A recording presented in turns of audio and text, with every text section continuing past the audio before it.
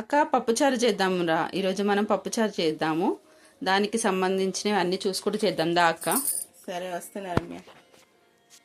పప్పుచారు కోసం first 1 cup పప్పు తీసుకొని అందులో కొంచెం పసుపు నూనె వేసి 3 విజిల్స్ పెట్టి ఉడకబెట్టాను అక్క. పప్పు మంచిగా ఉడికింది. దాని తాలింపు కోసం ఉల్లిపాయలు, పచ్చిమిరపకాయలు, కరివేపాకు తీసి పెట్టుకున్నాను. చిన్న నిమ్మకాయ సైజ్ అంతా చింతపండు నానబెట్టి పెట్టుకున్నాను. ఇప్పుడు మనము స్టవ్ పైన ఒక గిన్నెను పెట్టుకొని ఫస్ట్ స్టవ్ ఆన్ చేసేసుకొని అందులో 2 కప్పుల నూనె పోయాలి. నార్మల్ గా పప్పుచారు అందరూ కారం వేసి చేస్తారు కదక్క. ఇక్కడ పిల్లలు అస్సలు తినరు. ఇంకా నివేదు పర్ణిక అస్సలు తినరు అలా. అందుకనే నేను కారం వేయకుండా పప్పుచారు చేస్తాను. పిల్లలు కూడా చాలా ఇష్టంగా తింటారని చెప్పేసి. మంచిగా చేస్తావు రమ్య పప్పుచారు. కొంచెం 2 పావులు నూనె పోసినాక తర్వాత పప్పు బాగా మెత్తగా ఉడికింది కదా, ఇందులోనే దొడ్డుప్పు సరిపడా. నేను ఎప్పుడైనా దొడ్డుప్పే యూజ్ చేస్తా అక్క పప్పుచారులోకి. టేస్ట్ కూడా చాలా బాగుంటది. పప్పు మెత్తగా ఇట్లా దొడ్డుప్పు వేసే రుబ్బుతావు? దొడ్డుప్పు వేసే రుద్దుదాక. తర్వాత వేస్తే పప్పులో కరగదు, ఉప్పు కరగదు. ఎందుకో ఆ టేస్ట్ ఎక్కడన్నా పప్పు రాయి తగిలినట్టు అనిపెడుతుంది. ఒకవేళ ఎప్పుడన్నా తీయపప్పు కావాలనుకున్నా ఇందులోకి వెళ్ళి తీసి పెడతాను పిల్లలకి. బాగుంటది. ఇక్కడ చూడు, నూనె కొంచెం వేడి కాగానే కొన్ని మెంతులు వేస్తాను అక్క. నేను ఎప్పుడైనా పప్పులో కొన్ని మెంతులు, ఆవాలు, జీలకర్ర. పప్పుచారులో మెంతులు వేయడం నేను మా అమ్మ వాళ్ళ దగ్గర నేర్చుకున్నాక.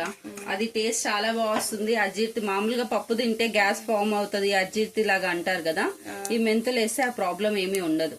బాగుంటది. టేస్ట్ కూడా టేస్ట్ బాగా వస్తుంది. పిల్లలు నార్మల్ గా ఎప్పుడైనా మెంతులు పెడితే కూడా తినరు కదా, ఇందులో వేసినా వాళ్ళకి ఏర్పడదు. మంచి తినేస్తారు. చూసావా చిటపట అంటున్నాయి జీలకర్ర, ఆవాలు. ఇప్పుడు ఇందులో ఉల్లిపాయ, పచ్చిమిర్చి, కరివేపాకు ముందు వేసేసుకోవాలి.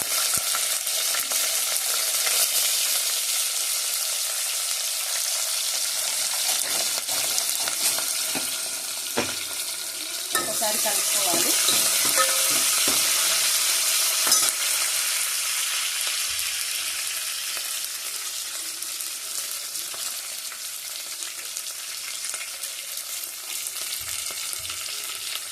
నార్మల్ గా మునక్కాయలు, కర్రీస్, ఏమైనా వెజిటేబుల్స్ వేసుకోవాలనుకున్నా ఈ ప్లేస్ లో వేసుకోవచ్చు.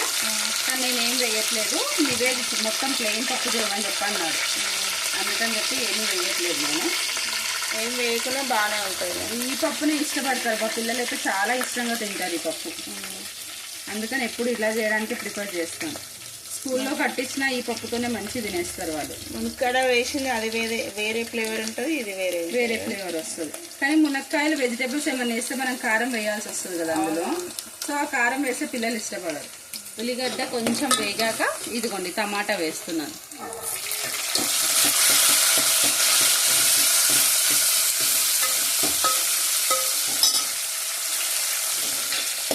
కరివేపాకు వేసినావరమ్మా? లైట్ గా తాలింపులో వేస్తాక తర్వాత మళ్ళీ మసిలేటప్పుడు కూడా మనం వేసుకోవచ్చు. ఆల్రెడీ పప్పులో పసుపు వేసాం కాబట్టి ఇందులో కొంచెం పసుపు,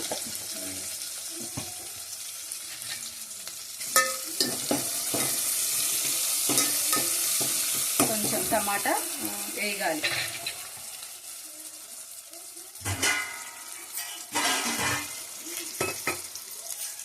ఈలోపే మనం ప్యారలల్ గానే ఇక్కడ చింతపండు రసం తీసి పెట్టుకోవాలి.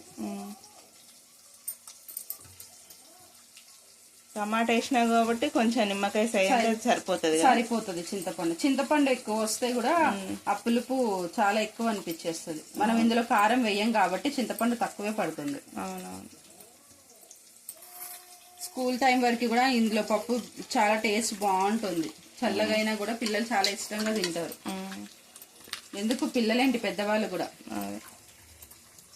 ఈయననైతే మంచిగా అందులో ఇడ్లీ వేసుకొని తింటారు పప్పుచారులో. మంచిగా ఉంటాయి రమ్య ఇది పప్పుచారు. కారం వేస్తలేం కాబట్టి ఇడ్లీకైనా బాగుంటుంది, చాలా బాగుంటుంది. కారం వేసి చేసే పప్పుచారు మళ్ళీ ఒకసారి చేద్దాం అక్క. అది అన్ని వెజిటేబుల్స్ వేసేసి చేద్దాం. కానీ ఇంట్లో అలా చేయడం చాలా తక్కువ నేను, ఎందుకంటే చాలా వరకు ఈ పప్పునే ఇష్టపడతారు కాబట్టి ఇదే పప్పు చేస్తాను నేను. వారంలో 1-2 సార్లు ఈ పప్పు ఉండాల్సిందే మా ఇంట్లో. చూసారా టమాటా మంచిగా ఉడికింది, టమాటా ఉడికిపోయింది. ఇప్పుడు ఇందులో చింతపండు నీళ్ళు,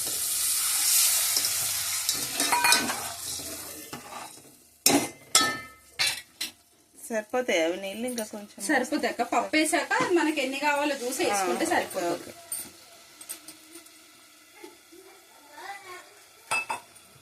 కొంచెం అట్లా నీళ్లు మసలంగానే పప్పులో కొన్ని నీళ్లు పోసేసుకొని ఇలా కొంచెం వాటర్ పోసి, పప్పు గట్టిగా ఉంది కదా అందుకని చెప్పేసి.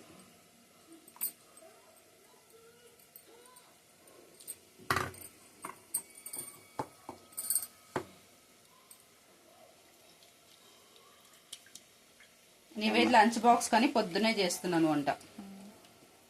మంచిగా కలపాలి అట్లా, లేదంటే అంటే అందులో వేసినా కరిగిపోతుంది కానీ గడ్డలు గడ్డలు ఉంటుంది కదా అందుకని చెప్పేసి. ఇదిగోండి ఇప్పుడే వేసేసా.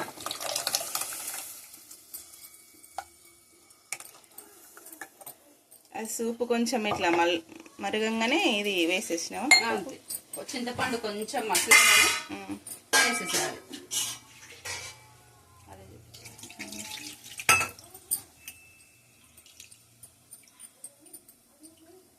మేమైతే అమ్మ వాళ్ళ ఇంటికి వెళ్ళినా ఏదైనా అకేషన్స్ ఉన్నా మా అమ్మ వాళ్ళు చేసే ఈ పప్పు చారుకే ఇష్టపడతాం. కారం వేసి చేస్తామంటే కూడా వద్దు మాకు ఇదే కావాలి అంటాం. అందరు చాలా ఇష్టంగా తింటారు. బాగుంటది మరి ఇది పప్పుచారు. అమ్మ వాళ్ళ దగ్గర నుంచి ఏది నేర్చుకున్నా బాగానే ఉంటది. ఇదిగోండి కొన్ని నీళ్ళు. బాగానే అయింది పప్పుచారు. ఫస్ట్ కొంచెం అనిపించింది కానీ బాగానే అయింది. ఎదుగుతుంది కదా అక్క, వాటర్ పోస్తుంది కదా. ఇప్పుడు ఇంకా చూడండి కొంచెం చిక్కగానే ఉంది ఇంకా. సో ఇంకొన్ని నీళ్లు పోద్దాం. పప్పుచారు అంటే పల్సగా ఉంటేనే బాగుంటది కదా. ఇంగువ ఇట్లా వేసినావు రమ్య? వేయలేదు ఇంకా, ఇప్పుడు లాస్ట్ లో వేస్తాం. మసలేటప్పుడు వేస్తాం. తాలింపులో ఇంగువ వేస్తే ఆ ఫ్లేవర్ తెలిసినట్టు అనిపించదు.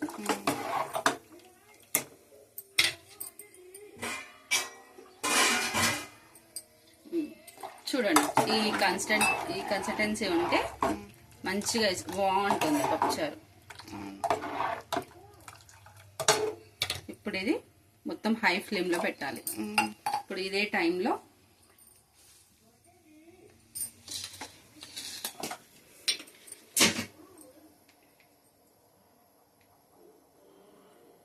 ఇది జీలకర్ర మెంతులు వేయించి ఆ పొడి చేసి పెట్టుకున్నాను, ఆ పొడి వేస్తాను.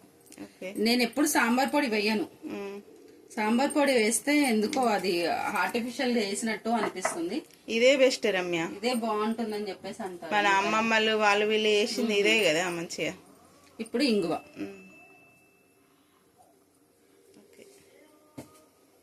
వేసాక ఒక్కసారి కలుపుకొని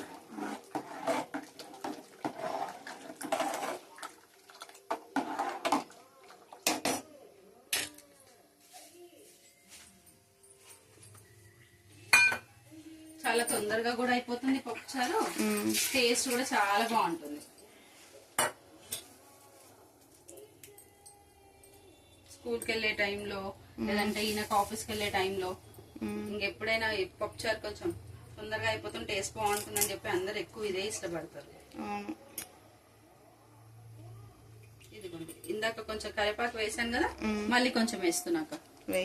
పప్పు మసలేటప్పుడు వేసే కరివేపాకు ఆ స్మెల్ కానీ అందులో వచ్చే అరోమా కానీ చాలా బాగుంటది. అవును,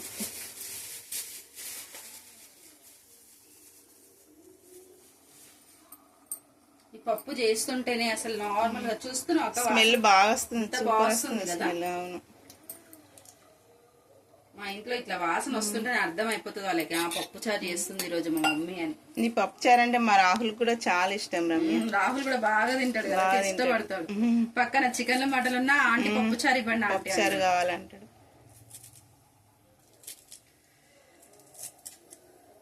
కొంచెం పప్పు మసలాలి.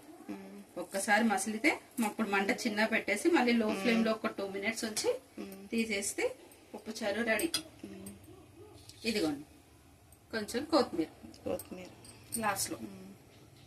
ఇప్పుడు కాసేపు మూత పెట్టి మసిలిస్తావా? ఇట్లనే మసులుతా. ఆల్రెడీ పొంగొచ్చింది చూడు. అవును, మరి మూత పెడితే పొంగిపోతుంది. పొంగిపోతే టేస్ట్ పోతుంది కదా మళ్ళీ. ఈ టైంలో స్మెల్ చూడండి ఎంత బాగా వస్తుంది రమ్య. అసలు మనకు ఉప్పు తక్కువ ఇక్కడే స్మెల్ లోనే తెలుస్తుంది ఎంత బాగా వస్తుంది స్మెల్. ఉప్పు కూడా కరెక్ట్ గా సరిపోయింది. ఇప్పుడు ఇట్లా హై ఫ్లేమ్ లో పెట్టేసుకొని పప్పు ఒక 2 నిమిషాలు అయితే పొంగొచ్చేస్తుంది. దాంతో పాటే ప్యారలర్ గా ఇక్కడ అన్నం కూడా వండేసాను చూడండి. పొద్దున్నే నీవే స్కూల్ పోతాడు కాబట్టి బాక్స్ కట్టాలి కదక్క, అందుకనే అన్నం వండి ఇప్పుడు అది చల్లగా చేసి మళ్ళీ పప్పుచారు కూడా వేడి వేడిగా ఉంటది కదా, అందుకని మా 2 చల్లగా చేసి వాడికి బాక్స్ లో కట్టాలి. బాక్స్ లో హీట్ గా పెట్టేస్తే అది మొత్తం స్మెల్ వచ్చేస్తుంది మమ్మీ అంటున్నాడు వాడు. అందుకనే ఇదిగో అన్నం ఇట్లాగే తీసేసి ఫస్ట్ అన్నం చల్లారేస్తావా? అన్నం చల్లారేసేసి పప్పు మసులుతుంది కదా బాగా, అప్పుడు పప్పు కూడా వేసేస్తాం దీనిపైన. వాడి బాక్స్ లోకి అది కరెక్ట్ గా సరిపోతుంది. ఎంత స్టీల్ బాక్స్ లలో కట్టినా కూడా ఆ వేడి వేడి కట్టేసరికి మొత్తం గట్టిగా అయిపోతుంది మమ్మీ అంటాడు వాడు. కొంచెం ఎక్కువనే పోయాలి పప్పుచారు ఎక్కువ పోసేసి అది కూడా కొంచెం చల్ల చేసేసి పెడతారు. పొంగు వస్తుంది పప్పుచారు పొంగు కూడా వస్తుంది.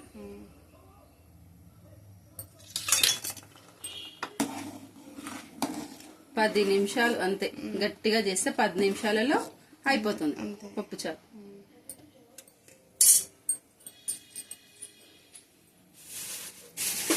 ఈ రోజు వాడి కోసం టిఫిన్ లో కూడా ఆల్రెడీ వైట్ చట్నీ చేసి పెట్టాను. ఇంత పొద్దున్నే అన్ని చేసినావు రమ్య. నాకు వాడు వైట్ చట్నీ, యాక్చువల్ గా వైట్ చట్నీ అంటాం కదక్క, ఇది పల్లి చట్నీ. మా వాడు అది కలర్ ని చూసి వైట్ చట్నీ అంటాడు. నివేద్కి వైట్ చట్నీ ఎంత పిచ్చి అంటే అంత. అసలు అదేంటి ఇడ్లీ పిండి అక్క, ఇడ్లీలు వేయాలి, లేదంటే ఇడ్లీ పిండి బజ్జీలు వేయాలి. వాడు ఏది అంటే అది. ఇడ్లీ పిండి బజ్జీ కూడా ఒకసారి రెసిపీ తీసి పెడతాను నేను కావాలంటే. అవును రమ్య, ఇడ్లీ పిండి మంచిగా వేస్తావు నువ్వు బజ్జీ. వస్తుంది కొంచెం స్లిమ్ లో పెట్టి, మంట సిమ్ లో పెట్టేసి ఒక్కసారి కలుపుకోవాలి. ఇప్పుడు వేడి వేడి గుమ్మగుమ్మలాడే పప్పుచారు రెడీ అయిపోయింది. ఇడ్లీలోకైనా మనం అన్నంలోకైనా చాలా బాగుంటుంది. లెమన్ రైస్ లో కూడా ఈ పప్పుచారు చాలా బాగుంటుంది. ఇంట్లో ఎప్పుడైనా లెమన్ రైస్ చేసినా నేను ఈ పప్పుచారు అడుగుతారు ఇంట్లో.